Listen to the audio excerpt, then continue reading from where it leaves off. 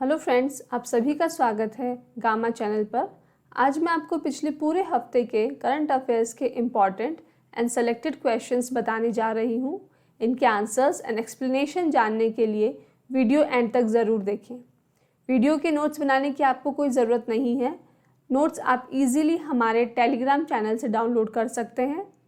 इनके सभी लिंक्स हमारे डिस्क्रिप्शन बॉक्स में दिए गए हैं। So let's start. Let's see the first question of the week. इनमें से किस राज्य में वर्ल्ड संगीत तानसेन फेस्टिवल का 97th एडिशन ऑर्गेनाइज किया गया है? द आंसर इज सी, मध्य प्रदेश। तानसेन का नाम तो आप सभी ने सुना होगा, बचपन में कहानियां भी पढ़ी होगी उनके बारे में। ये अकबर के नवरत्नों में से एक रत्न थे और बहुत बड़े संगीतज्ञ थे। इन्हीं की याद में हर साल मध्य प्रदेश की ग्वालियर डिस्ट्रिक्ट के बेहाट विलेज में दिसंबर के मंथ में यह समारोह ऑर्गेनाइज किया जाता है उनकी टूम के पास, और इसे ऑर्गेनाइज करती है उस्ताद अलाउद्दीन खान कला एवं Sangeet academy under the department of culture, government of Madhya Pradesh. इस इवेंट में पूरे विश्व से आर्टिस्ट और म्यूजिक लवर्स इकट्ठे होते हैं, vocal and instrumental music play करते हैं और great Indian musical Maestro Tansen को ट्रिब्यूट पे करते हैं। इस साल जो स्टेज बनाई गई थी that was on the theme of Siddhnath temple in Omkareshwar, Madhya Pradesh, और इस साल की डेट्स थी 25 December to 30 December 2021। Next question. इनमें से किसे आरबीएल बैंक के एमडी और सीईओ के रूप में नियुक्त किया गया है? The answer is D, Rajeev Ahuja. This is the logo of RBL bank and the tagline is अपनों का bank. Rajeev Ahuja RBL bank के एग्जीक्यूटिव डायरेक्टर हैं और अब से एमडी एंड सीईओ होंगे और वो सक्सीड करेंगे विश्ववीर आहूजा को। जानते हैं आरबीएल बैंक के बारे में।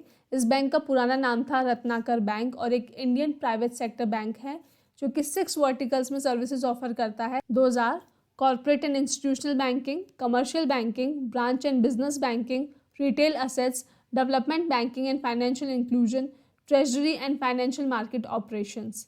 इस बैंक की स्थापना हुई थी 1943 में। इसके हेडक्वार्टर्स है मुंबई में और टैगलाइन मैं आपको पहले ही बता चुकी हूँ। Next question. इनमें से किसे इंटरनेशनल ऑटोमोबाइल फेडरेशन FIA के प्रेसिडेंट के रूप में नियुक्त किया गया है? The answer is C, Mohammed bin Sulayem. आप लोगों को लग रहा होगा कि नाम है इंटरनेशनल ऑटोमोबाइल फेडरेशन और इसका एब्रीविएशन है FIA। FIA एक फ्रेंच एब्रीविएशन है और इसका फुल फॉर्म भी फ्रेंच में है, that is federation international de l' automobile. FIA motor sports और you can say car racing की वर्ल्ड गवर्निंग बॉडी है। ये गवर्न करती है events like formula 1, world rally championship, world endurance and formula E। इसकी स्थापना हुई थी 20 जून 1904 में और इसके हेडक्वार्टर्स हैं पेरिस, फ्रांस में। मोहम्मद बिन सुलायम इसके पहले नॉन यूरोपियन प्रेसिडेंट होंगे। वो यूनाइटेड अरब एमिरेट से हैं और वो सक्सीड करेंगे जॉन टॉड को। Next question. इनमें से किसे FIDC that is finance industry development council के को चेयरमैन के रूप में नियुक्त किया गया है? The answer is a, Kamlesh Gandhi. FIDC एक सेल्फ रेगुलेटरी ऑर्गेनाइजेशन कम रिप्रेजेंटेटिव बॉडी है of the non banking finance companies जो RBI से रजिस्टर्ड हैं और असेट और लोन फाइनेंसिंग का काम करती हैं। FIDC की स्थापना हुई थी 2004 में और ये NBFC का एक रिकॉग्नाइज्ड फेस है। कमलेश गांधी को चेयरमैन है, इसका मतलब इसके एक और चेयरमैन होंगे और उनका नाम है उमेश रेवांकर जो कि श्रीराम ट्रांसपोर्ट फाइनेंस ग्रुप के CEO एंड MD हैं। कमलेश गांधी रिप्लेस करेंगे संजय चामरिया को जिन्होंने FIDC की को चेयरमैनशिप और डायरेक्टरशिप से रिजाइन कर दिया है। डियर स्टूडेंट्स, अगर सभी एग्जाम रिलेटेड कंटेंट आप एक ही चैनल पर चाहते हो तो अभी इस चैनल को सब्सक्राइब करें और बेल आइकन को प्रेस करें। और अगर एग्जाम प्रेप को आप हाई लेवल पर ले जाना चाहते हैं तो डिस्क्रिप्शन में आपको ऐप और टेलीग्राम चैनल का लिंक मिल जाएगा। Next question. इनमें से किसे बेस्ट बुक ऑफ फिक्शन के लिए सुशीला देवी अवार्ड 2021 मिला है? फिक्शन का मतलब होता है नॉट रियल और यू कैन से काल्पनिक। द आंसर इज बी, अनुकृति उपाध्याय। अनुकृति उपाध्याय की बुक का नाम है किंतसुगी। किंतसुगी एक एंशियंट जापानीज आर्ट है जिसमें टूटे हुए ऑब्जेक्ट्स को गोल्ड द्वारा ठीक किया जाता है। यह नॉवल है अबाउट अ यंग वुमेन किस प्रकार वो एक मेल डोमिनेटिंग सोसाइटी को चैलेंज करती है, उसके सोशल ऑर्डर को चैलेंज करती है और अपनी बाउंड्रीज को क्रॉस करके, ट्रॉमा को ओवरकम करके सोसाइटी में आगे बढ़ती है। और इस बुक के लिए Ratanlal foundation and the organising committee of Bhopal literature and art festival ने उन्हें विनर अनाउंस किया। नेक्स्ट क्वेश्चन, इनमें से किस इंडियन क्रिकेटर ने रिसेंटली सभी फॉर्म्स ऑफ क्रिकेट से रिटायरमेंट अनाउंस कर दिया है? And the name is the Harbhajan Singh. He is one of my favourite cricketer. Senior Indian off spinner Harbhajan Singh ने सभी फॉर्म्स ऑफ क्रिकेट से रिटायरमेंट अनाउंस कर दिया है। ये वो पहले इंडियन क्रिकेटर हैं जिन्होंने हैट्रिक विकेट्स लिए थे इन test cricket, and he is the 4th highest wicket taker for India in test cricket. National cricket team ODI में इन्होंने डेब्यू किया था अगेंस्ट न्यूजीलैंड एट शारजा इन 1998 और इन्होंने इंडिया को आखिरी बार रिप्रेजेंट किया इन 2016 T20 world cup against UAE that was held in Dhaka, Bangladesh. Next question, again related to cricket, इनमें से किस राज्य ने विजय हजारे ट्रॉफी 2021 जीती है? The answer is C, Himachal Pradesh. Vijay Hazare एक इंडियन क्रिकेटर थे और उन्हीं के नाम पे इस ट्रॉफी को रखा गया है। इसे रणजी वनडे ट्रॉफी भी कहते हैं और इसकी शुरुआत हुई थी 2002-03 में as a limited over cricket domestic competition, जिसमें रणजी ट्रॉफी की स्टेट टीम्स इन्वॉल्व होती है। इस साल हिमाचल प्रदेश ने तमिलनाडु को हराकर विजय हजारे ट्रॉफी टाइटल अपने नाम किया at the Sawai Mansingh stadium, Jaipur. Next question, NASA द्वारा लॉन्च की गई वर्ल्ड की लार्जेस्ट टेलीस्कोप का नाम क्या है? The answer is a, James Webb space. European space agency कूरो French Guiana से बिग बैंग थ्योरी को रिक्रिएट किया जाएगा और उसके बाद जो यूनिवर्स बनेगा उसके फर्स्ट ग्लिम्स को जेम्स वेब स्पेस टेलीस्कोप द्वारा कैप्चर किया जाएगा। इसीलिए इस टेलीस्कोप को डिज़ाइन किया गया है। ये विश्व की पहली अपने आप में एक स्पेस साइंस ऑब्जर्वेटरी है जो कि यूनिवर्स के फॉर्मेशन में जो शुरुआती गैलेक्सीज बनी थी उनको कैप्चर करेगी। ये साइंटिस्ट को हेल्प करेगी to know the structure and origin of our universe and our place in it. Quite scientific. Next question, इनमें से किस तारीख को international day of epidemic preparedness that is अंतर्राष्ट्रीय महामारी तैयारी दिवस मनाया जाता है? द आंसर इज सी, 27 दिसंबर। United Nations and World Health Organisation ने मिलकर 27 दिसंबर को international day for epidemic preparedness घोषित किया है। बेसिकली ये दिन है लोगों को समझाने के लिए, उन्हें प्रिपेयर करने के लिए, सेंसिटाइज करने के लिए कि अगर फ्यूचर में कभी कोई भी एपिडेमिक या कोई भी बीमारी अचानक से आ जाए तो लोग पैनिक ना हो, थोड़े से प्रिपेयर्ड रहें, थोड़े से अवेयर रहें।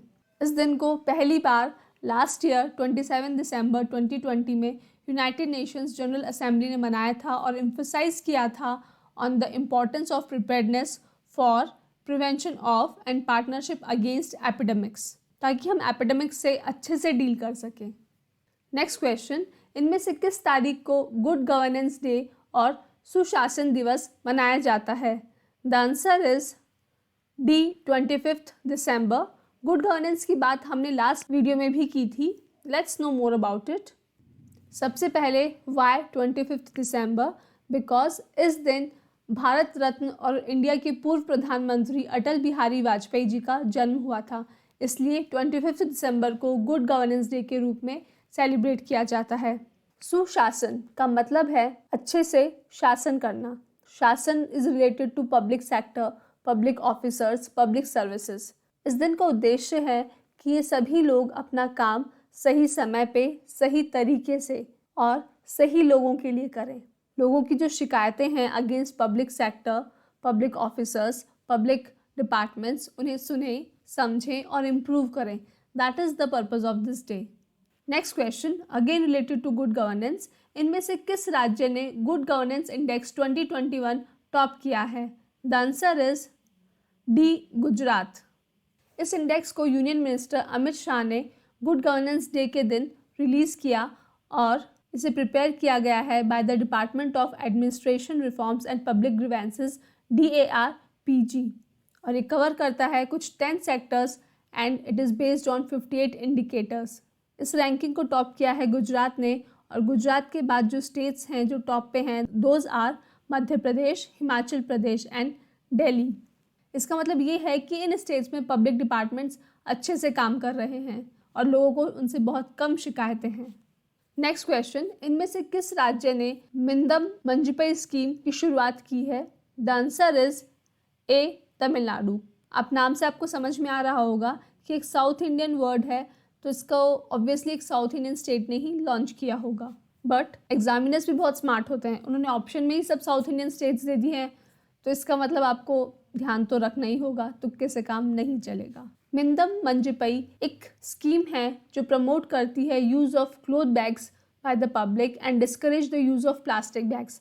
आप सभी ने सुना होगा कि गवर्नमेंट ने सिंगल यूज़ प्लास्टिक को बैन कर दिया था फ्रॉम 1 जनवरी 2019 और उसी को फॉलो करते हुए तमिलनाडु के चीफ मिनिस्टर M.K. स्टैलिन ने इस स्कीम को लॉन्च किया है।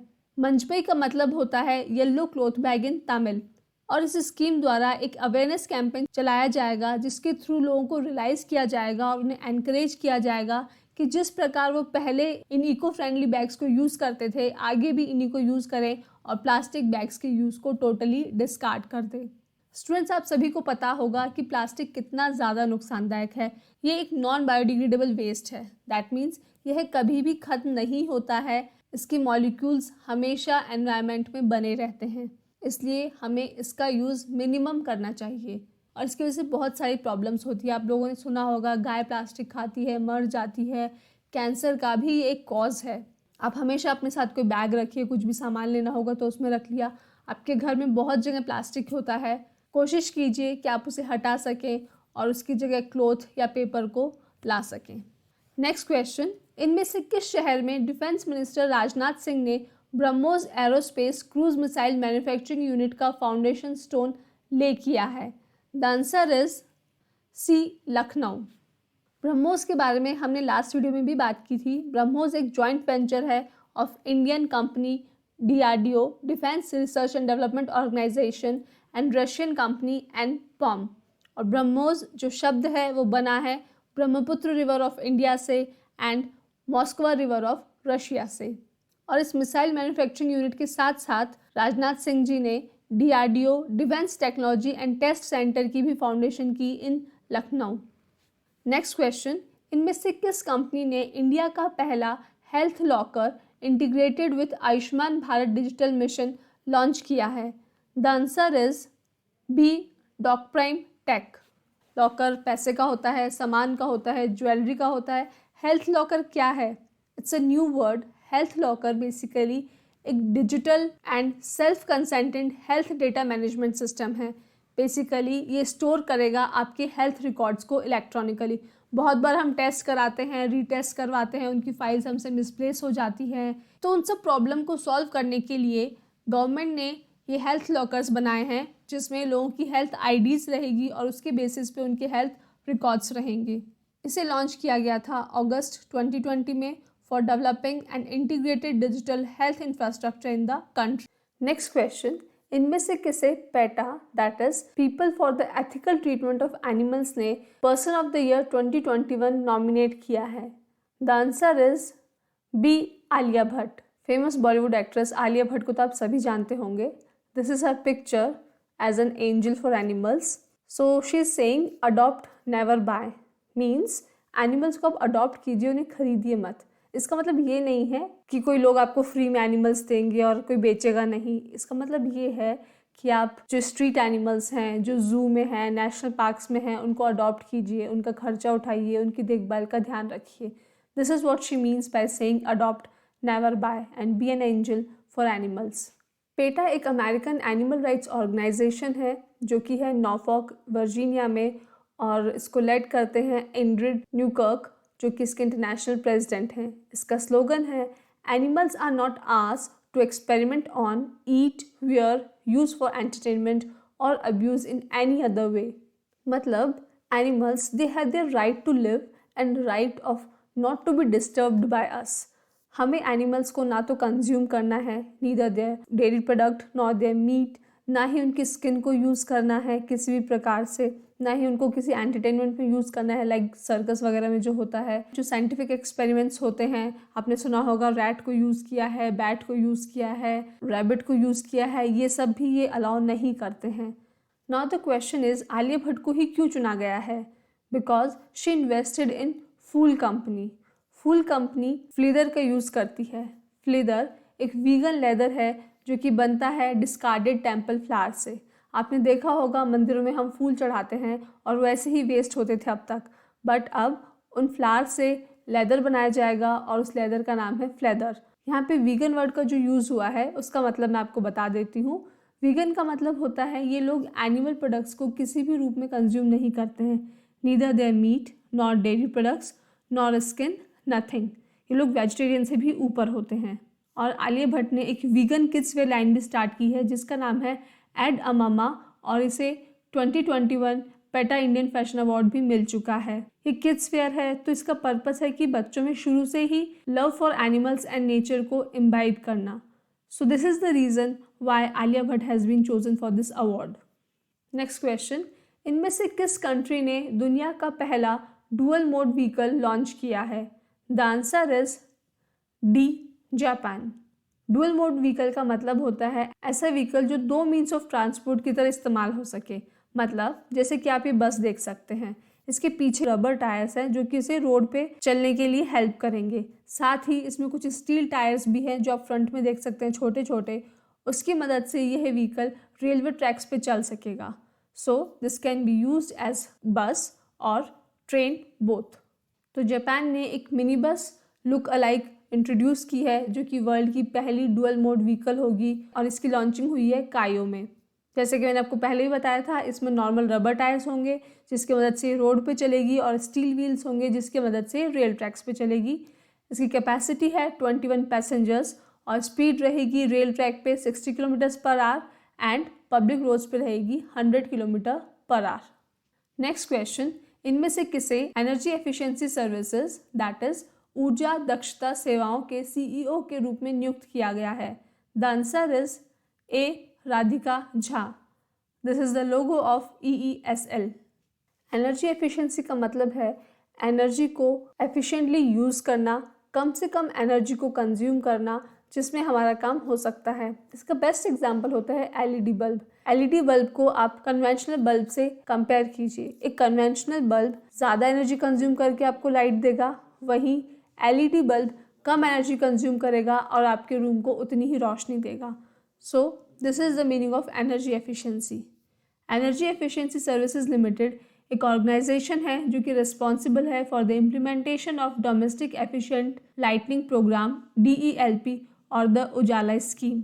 इसकी स्थापना हुई थी 10 दिसंबर 2009 में और एक जॉइंट वेंचर है between NTPC that is national thermal power corporation, power grid, power finance Corp, REC जो कि कंट्री में एनर्जी एफिशिएंसी को प्रमोट करने के लिए काम करते हैं। राधिका झा इससे पहले एक IAS ऑफिसर थी और सेक्रेटरी थी to the government of Uttarakhand for the education department. Next question, इनमें से किसे पंजाब नेशनल बैंक के MD और CEO के रूप में नियुक्त किया गया है? The answer is a, Atul Kumar Goyal. This is the logo and tagline of PNB, the name you can bank upon. Atul Kumar Goyal replace करेंगे मल्लिकार्जुन राव को और ये MD एंड CEO हैं यूको बैंक के और 1 फरवरी 2022 से ये MD एंड CEO होंगे ऑफ पंजाब नेशनल बैंक। बात करते हैं पंजाब नेशनल बैंक की। इसकी स्थापना हुई थी आज से 127 साल पहले 1894 में बाय सरदार दयाल सिंह मजीठिया। PNB एक इंडियन नेशनलाइज्ड बैंक है। इसके हेडक्वार्टर्स है न्यू दिल्ली में and this is under the ownership of ministry of finance government of India और ये second largest government owned bank है both in terms of volume and network. Next question, इनमें से किस स्टेट ने नीति आयोग के स्टेट हेल्थ इंडेक्स 2019-20 को top किया है? The answer is a, Kerala. ये लास्ट ईयर का हेल्थ इंडेक्स है और इसे तैयार किया है NITI Aayog, world bank, ministry of health and family welfares ने। ये इस इंडेक्स का 4th एडिशन है और ये प्रोवाइड करता है incremental performance in health outcomes and status. मतलब साल दर साल किस राज्य ने अपने कितना % हेल्थ एफिशिएंसी को अचीव किया है, क्या उनके हेल्थ आउटकम्स हैं, कितना % उन्होंने मॉर्टेलिटी कम करी है, कितना % उन्होंने लाइफ इंक्रीज की है। इस रिपोर्ट का टाइटल है हेल्दी स्टेट्स प्रोग्रेसिव इंडिया और इस कॉम्पोजिट इंडेक्स के बेसिस पे केरला एंड तमिलनाडु ने इस इंडेक्स को टॉप किया है। नेक्स्ट क्वेश्चन, इनमें से किस राज्य में प्रधानमंत्री मोदी जी ने 4 हाइड्रो पावर प्रोजेक्ट्स की स्थापना की है? The answer is C, Himachal Pradesh. Himachal Pradesh के मंडी जिले में नरेंद्र मोदी जी ने 4 हाइड्रो पावर प्रोजेक्ट्स की आधारशिला रखी है। इनके नाम हैं Sawrakuddu hydro project, Renuka ji dam project, Luhri and Dhaulasidh. Sawrakuddu hydro power project को तो इनॉग्रेट किया है और बाकी तीनों प्रोजेक्ट्स के फाउंडेशन स्टोन की स्थापना की है। इसमें से धौलासिद्ध जो है वो हमीरपुर का पहला हाइड्रो पावर प्रोजेक्ट होगा। नेक्स्ट क्वेश्चन, इनमें से किसे Indian institute of corporate affairs के DG एंड CEO के रूप में नियुक्त किया गया है? The answer is B, Praveen Kumar. Indian institute of corporate affairs IICA एक central civil service training institute है which is under the jurisdiction of ministry of corporate affairs, government of India for the central civil servants of the Indian corporate law service cadre. इसकी स्थापना हुई थी 2008 में मानेसर, हरियाणा में, और ये इंडिया में ऐसी सोल इंस्टीट्यूशन है जिसे insolvency and bankruptcy board of India ने अपना flagship programme graduate insolvency programme run करने की अथॉरिटी दी है। ये कॉर्पोरेट्स को कई प्रकार की CSR that is corporate social responsibility services provide करती है विच इंक्लूड्स इम्पैक्ट असेसमेंट, मतलब कोई भी प्रोजेक्ट है उसका उसके आसपास के एनवायरनमेंट में आसपास रहने वाले लोगों, एनिमल्स, नेचर, उन पे क्या इम्पैक्ट होना है ये असेस करती है। Need assessment, baseline survey, real time monitoring, इस टाइप की सर्विसेज कॉर्पोरेट्स को प्रोवाइड करता है। साथ ही ये ट्रेनिंग अकेडमी भी है of the top cadre of Indian corporate law service. Indian corporate law service भी UPSC की तरह एक ऑर्गेनाइज्ड ग्रुप ए सर्विस है और इसके जो एम्प्लॉयज़ हैं वो भी रिक्रूट होते हैं through all India civil service examination. Next question, इनमें से कौन सी कंट्री न्यू डेवलपमेंट बैंक की 4th न्यू मेंबर बनी है? The answer is B, Egypt. This is the logo of new development bank and flags of its member countries which are Brazil, Russia, China, India and South Africa. यह पहले BRICS development bank था जो कि BRICS member countries द्वारा ही बनाया गया था to finance sustainable development and infrastructure projects in these member countries. But later इसमें कुछ न्यू मेंबर्स जुड़ते गए। सितंबर 2021 तक बांग्लादेश, UAE एंड यूरुग्वे इसमें ऐड हुए थे और अब इजिप्ट इसका न्यू मेंबर है। और अगर आप ध्यान देंगे तो ये सभी डेवलपिंग और you can say emerging economies है और ये मेंबरशिप एक्सपेंशन की वजह से न्यू डेवलपमेंट बैंक एक प्रीमियर डेवलपमेंट इंस्टीट्यूशन बन जाएगा for all these emerging economies. And as the name suggest it is a development bank, means ये लोन फैसिलिटीज़ प्रोवाइड करेंगे, डेवलपमेंट के लिए ग्रांट्स देंगे to the member countries. Next question, इनमें से किसे इंडिया का नेक्स्ट परमानेंट रिप्रेजेंटेटिव अपॉइंट किया है to the United Nations conference on disarmament, that is निरस्त्रीकरण? The answer is D, Anupam Ray. Anupam रे 1994 बैच के इंडियन फॉरेन सर्विस ऑफिसर है जो कि करंटली जॉइंट सेक्रेटरी हैं in the MEA's headquarters in new Delhi और ये सक्सीड करेंगे पंकज शर्मा को जो कि 91 बैच के इंडियन फॉरेन सर्विस ऑफिसर है और अब वो इंडिया के नेक्स्ट एम्बेसडर होंगे टू मैक्सिको। बात करते हैं कॉन्फ्रेंस ऑन डिसआर्मामेंट की।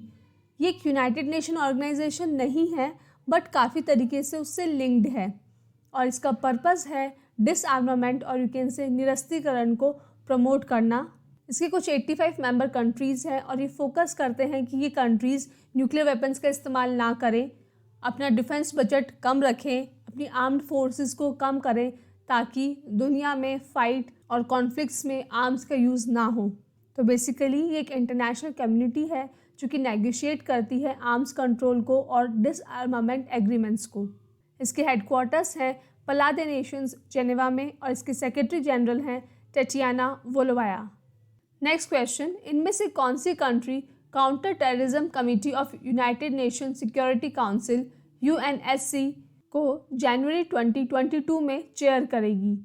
चेयर करने का मतलब है अध्यक्षता करना।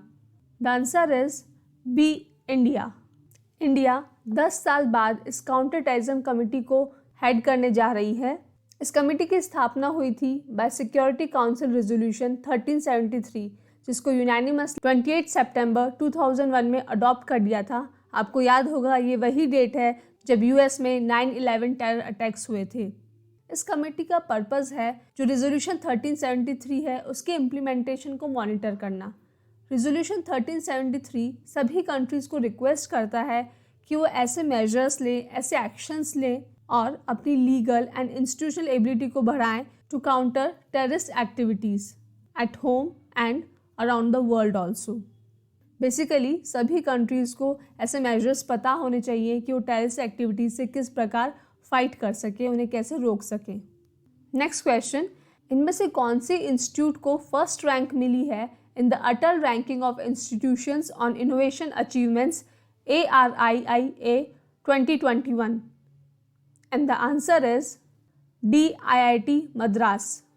IIT मद्रास को पिछले 3 सालों से लगातार ये फर्स्ट पोजीशन मिल रही है in the category of CFTIs, central universities, institute of national importance technical. और IIT मद्रास के बाद जो फॉलोइंग इंस्टीट्यूट्स हैं उनके नाम हैं IIT Bombay, IIT Delhi, IIT Kanpur, IIT Roorkee and IISc Bengaluru. Atal ranking of institutions on innovation achievements ARIIA ministry of education, government of India का initiative है और ये इंडिया की हायर एजुकेशनल इंस्टीट्यूशंस और यूनिवर्सिटीज़ को रैंक करता है on the basis of indicators like innovation and entrepreneurship development amongst students as well as faculties. Students और faculties ने अपने institution में क्या innovations लाए हैं, किस प्रकार entrepreneurship को बढ़ावा दिया है, innovation को बढ़ावा दिया है, उसके basis पे ये ranking होती है और ये position मिलती है। आजकल सभी यूनिवर्सिटीज़ का फोकस रहता है कि अपनी एजुकेशन को डायनामिक बनाए, इंडस्ट्रीज़ में यूज़ हो सके, इस प्रकार एजुकेशन को बनाया जाए। पहले आप लोगों को पता होगा कि बहुत लेंथी कोर्सेज होते थे और बहुत ज़्यादा लोग पढ़ते रहते थे। आजकल ऐसा नहीं है।